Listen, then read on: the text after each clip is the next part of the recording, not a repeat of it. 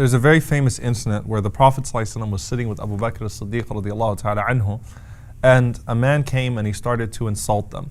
Now, the Prophet ﷺ, has this incredible bandwidth of forbearance, right? He can tolerate so much, and we see this frequent in the seerah of the Prophet ﷺ, where someone comes to him and says things to him that none of the companions can tolerate, but the Prophet ﷺ can tolerate. So they're sitting there, and this man keeps going on and on and on, and the Prophet ﷺ is holding it in. Abu Bakr radiallahu ta'ala anhu, who's also a very forbearing person, he can't take it anymore. So Abu Bakr radiallahu anhu, especially as the man insults the Prophet ﷺ, stands up and starts to respond. And the Prophet ﷺ, he simply gets up and he leaves. Abu Bakr goes to the Prophet ﷺ after that, fearing that he offended the Prophet ﷺ and Rasulullah ﷺ. He says that before you spoke, Allah subhanahu wa ta'ala sent an angel that was to respond on our behalf. As soon as you started to defend us, the angel went away, and a shaitan came and sat there instead. A devil came and sat there instead, and the Prophet ﷺ said, I did not want to sit in the presence of that devil, in the presence of that shaitan. Now subhanAllah, what that teaches us is there are certain things that offend the angels, certain things that make them go away. Now the angels that write, they're not going anywhere no matter what you do. They will write down every curse word, every nasty thing that you say or do, and though it's offensive, they will write it because they have to write it. But there are other angels, angels of mercy, the ones we've been talking about, that come when you do dhikr, when you remember Allah, when you do tahara, when you do wudu, when you pray. Those angels will go away from you, and instead they would be replaced by shayateen. So it's important for us to think, what are we doing to offend the angels as well? What are we doing to send them away? What are we making the ones that have to write down? And aren't we ashamed of that? And so subhanAllah, we find anger and foul language and sin and all of these different forms of corruption and disobedience. They send them away. Not only that, but the Prophet ﷺ mentioned that there are things that physically repulse the angels as well. And particularly, the Prophet ﷺ taught us not to eat garlic or onion before we come to the masjid. One of the biggest lost sunnahs of the masjid is good breath, using the siwak before the prayer, brushing your teeth before the prayer, having good breath, right? And the Prophet ﷺ, he instructed us, and he said sallallahu alaihi wasallam as well, إِنَّ الْمَلَائِكَ يَتَأَذَّى مِمَّا يَتَأَذَّى مِنْهُ الْمُصَلُّونَ. That look, even the angels are affected by that which affects those who pray. The angels also don't like bad breath. They don't like to smell that garlic or that onion.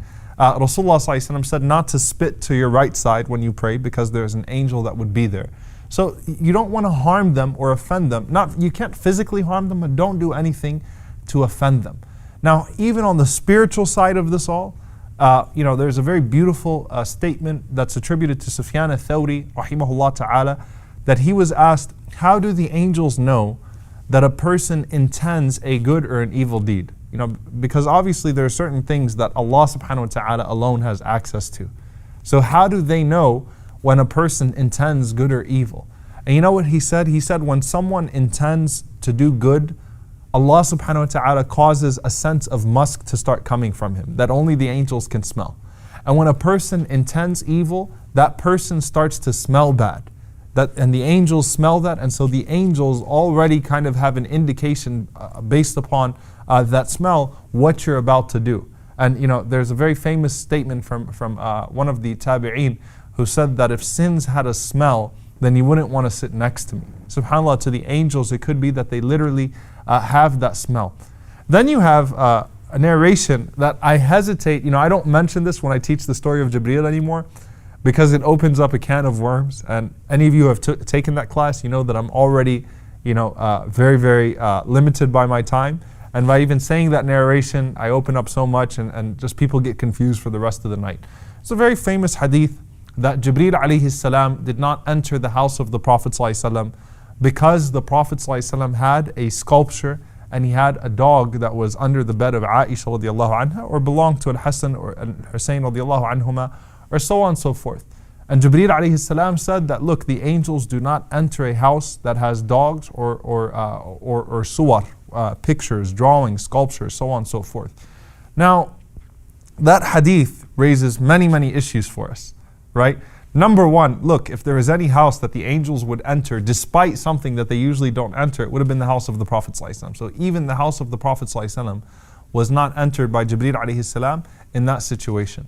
Number two, I mean, are we a dog-hating religion? Right? Absolutely not. Okay. In fact, we know the hadith of a woman that entered into paradise because she gave water to a thirsty dog.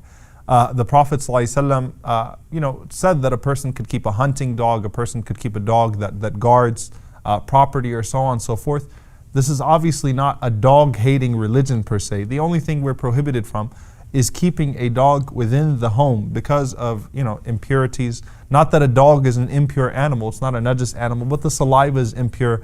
So if the saliva gets on you, you have to remove that najasa, you have to remove that impurity, and so on and so forth. What about pictures? Pictures, suwar, obviously in that time, there was no such thing as photography. It refers to sculptures and drawings and things of that sort. That's what tasweer actually meant at that time. Now, obviously, if you're keeping pictures or tasweer, drawings or so on and so forth of living beings at a high place or in a place that it commands some form of respect, that's what the prohibition includes. So the prohibition won't include like a photo album or something that's on the carpet or kids' dolls or toys and things of that sort. It's referring to pictures that are held in honor. So either they're drawn, right, or they're sculpted, or even photography, if it's put in that same place, then it would take the same ruling. Now also, is it that the angels are forbidden, altogether from entering? Does that mean that if I don't want my angels to write down something I'm about to do, I'm going to put up a picture so that way the angels that write will leave? No, those angels are staying. This is clearly referring to Malaikatul Rahmah, the angels of mercy. Those are the ones that would not enter. And subhanAllah, I looked for an explanation on the dogs, and subhanAllah, you find many different explanations. And this is just something obviously that you say Allah and His Messenger ﷺ know best. So, whether it's the explanation that some dogs might have jinn inside of them, might have possession, and that's why the angels could not be there, just as they would not sit in the presence of shayateen. It could be that. It could be the najasa factor, the impurity of the saliva. It could be that the angels obviously occupy a very high space, and so that would be beneath them. Allah knows best. We don't delve into that. But don't do anything, that's going to cause the angels to not be around you, and that's going to offend them and stop them from coming either around you or in your house. Assalamu alaikum wa rahmatullahi wa barakatuh. I hope you enjoyed and benefited from this video. If you did, then please do share it. And if you'd like to follow the rest of the series, then please do click on the top box. And if you'd like to see all of the other episodes and the other videos we have to offer, then please click on the box under that. And don't forget to subscribe to the channel for more amazing content.